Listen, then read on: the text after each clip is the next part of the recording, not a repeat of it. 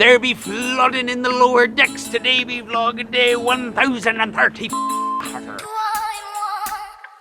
tes amis d'enfance, on vivait un joli vacances. Toi et moi, tes amis d'enfance, on vivait un joli vacances. Le jeu de l'innocence. Good morning and welcome to Musée d'Orsay. We're about to go do a little bit of a tour through it. For those of you that are used to my vlog, and the length of the videos today is going to be a little bit shorter. Just wanted to go in and see, is Musée d'Orsay worth it? It was built for the World's Fair and was the world's first electric terminal, and is now one of the most beautiful museums in the world. The French have this thing about building train stations and then using them for something else later, and thankfully they did that with Musée d'Orsay. We're going to head on in. Let's just go in now, because between the wind and the jackhammering, the audio is not going to get any better.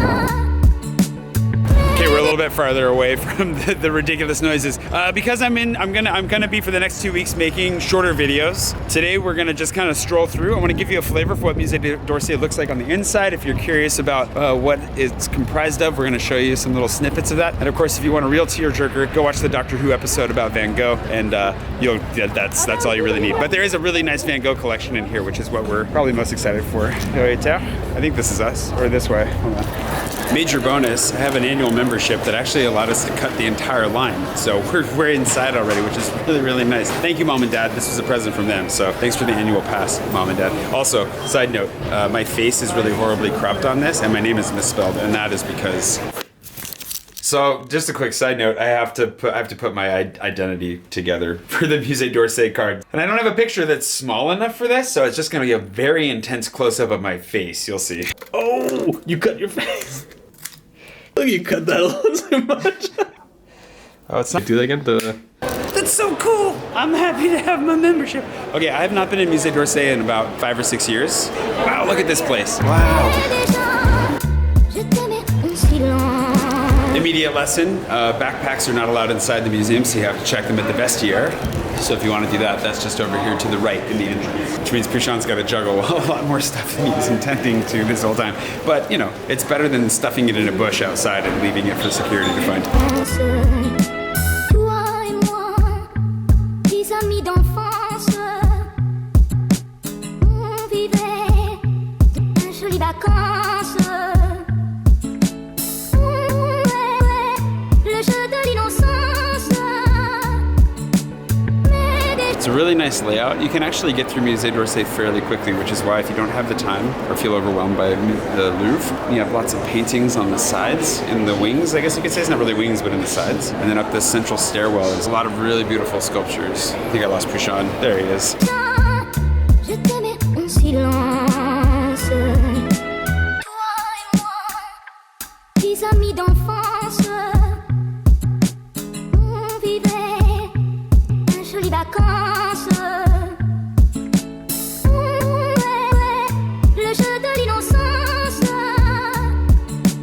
Mais déjà, je t'aimais en silence. That statue up there is one of the most inspirational statues I think I've ever seen in my life. And what's crazy about it in this moment is I remembered it incorrectly. The way that it inspired me is completely different than it actually looks. So we'll go upstairs and take a look at it. I don't really want to get into the details because it's kind of spoilery for future work, but I just want to, I love that statue. Un joli vacances.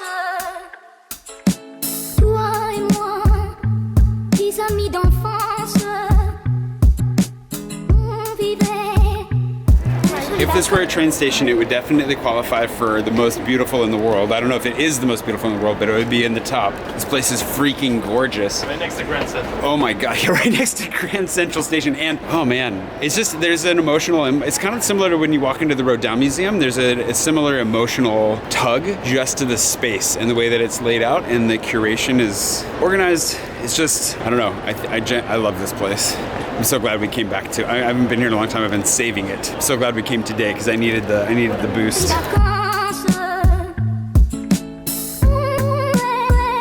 Le jeu de l'innocence. Mais déjà, je t'aimais en silence. Toi et moi, tes amis d'enfance, on vivait.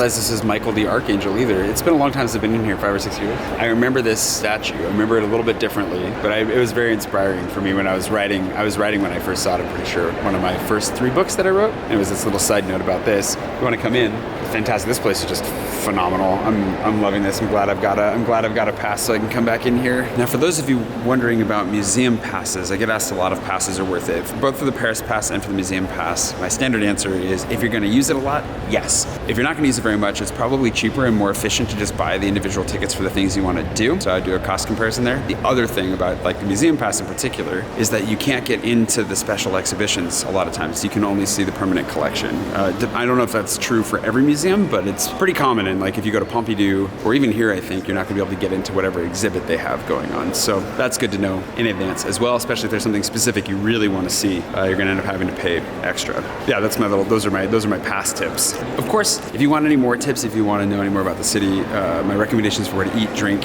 places to visit, things to do, and places to get great photos. Like you're going to get plenty of great photos in here. I wrote an entire guide to the city, which is always linked below in my videos, but it's like 120 pages filled with over 200 recommendations and tons of information about things like how to get around the city, how to avoid scams, how to do all that kind of stuff. So if you're interested in grabbing one of those, feel free to snag that below, download it. It's a PDF, so you can just carry it on your phone as you go. And in the meantime, we're going to just keep wandering through here for a little bit.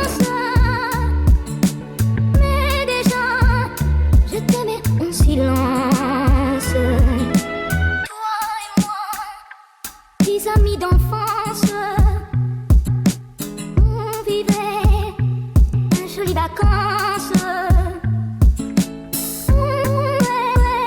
Le jeu de l'innocence. Mais déjà, je t'aimais. Unfortunately, Starry Night is on loan to London right now, but still some really good ones in here. Toi et moi, 10 amis d'enfance, on vivait un joli vacances. Le jeu de l'innocence. Not a bad spot for a cafe. Mais déjà, je t'aimais en silence. Toi et moi, 10 amis d'enfance, on vivait un joli vacances. Le jeu de l'innocence. Mais déjà, je t'aimais en silence. Toi et moi, 10 amis d'enfance,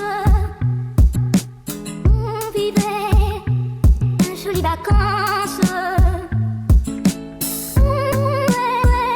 Le jeu de l'innocence. Is this place worth it? 100%. I mean, in my opinion, you'd be remiss not to come here. And honestly, I don't want to compare it to anywhere else because, you know, comparison is the thief of joy, but this place definitely brings me joy.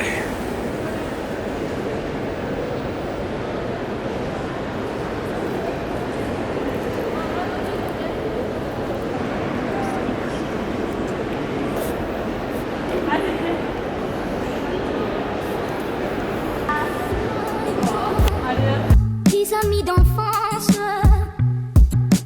on vivait. Coming to Paris is definitely top of the list. I would not miss this. If you are into museums, if you're into beautiful spaces, if you're into sculptures, paintings, this is a great spot to come. And it's very consumable when compared to the Louvre. The Louvre you could spend your entire lifetime just trying to see everything and you're not gonna see half of it. Whereas Musée d'Orsay, you can spend a couple of hours in here and really get a nice sense of everything that's in here. Spend some time sitting, reflecting. We actually spent more time reflecting and actually looking at some of this art than we intended. We kind of wanted to come in here and just get a shot for the day because we're both fairly busy, but it's like overwhelming in a really good way. Like you can't rush through this. You have to actually take some time.